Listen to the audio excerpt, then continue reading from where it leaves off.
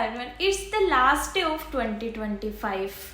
तो सोचा इस साल का आपको रिकेप दे दूं। तो बात करें 1 जनवरी की, तो पता नहीं क्यों बट 2025 का मेरा फर्स्ट डे ही बहुत गंदा था, क्योंकि मेरी हेल्थ सही नहीं थी उस दिन।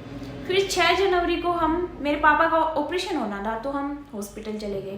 बट पता नहीं क्यों मेरे मन में एक अलग सा ही डर था, बेचैनी थी कि कैसे होगा, क्या होगा, कैसे मैनेज होगा।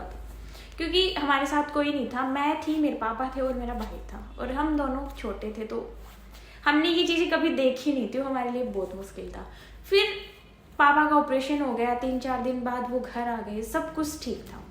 फिर 14 जन को मेरे पापा की शाम को डेथ हो गई, और शायद इससे बुरा हमारे साथ ना कभी कुछ हुआ ना कभी होगा, क्योंकि ये दिन हमारे लिए बहुत गंदा था। उस डे से ऐसे हो गया कि ये तो साल ही खराब है, स्टार्टिंग से ही सब कुछ गंदा गंदा हो रहा है। और उसके बाद हर दिन मुश्किल था, हर दिन बहुत सी सिचुएशन फेस करने को मिली। क्योंकि पहले तो ऐसे रहता था कि पापा हैं, सब संभाल लेंगे, बट अब हमारे लिए बहुत मुश्किल हो गई थी हर चीज़ें। और शायद आज भी वो चीज़ें ठीक नहीं है, मन में तो अभी भी एक अलग सा दर्द, यादें, सब कुछ रहती है। काफ़ी टाइम बाद ये एहसास हो जाता है कि अब वो जो चला गया है ना, वो सच में नहीं आने वाला।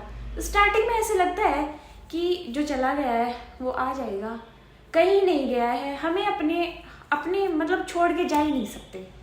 फिर एक टाइम के बाद एहसास होता है कि नहीं, जा सकते हैं, और वो लौट के कभी नहीं आते। पता नहीं क्यों बट अब एक खालीपन सा रहता है। उनके जाने के बाद ना हर एक चीज़ अधूरी सी लगती है, हर फेस्टिवल अधूरा है उनके बिना।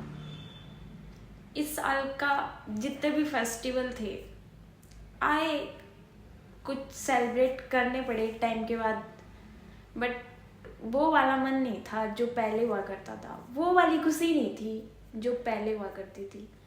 क्योंकि एक इंसान की कमी है ना, बहुत खलती है, हर खुशी के बीच में ज़्यादा खलती है। जब अपन ऐसे होता है ना, कुछ खुशी का मोमेंट है, उस टाइम पे शायद बहुत ज़्यादा खलती है।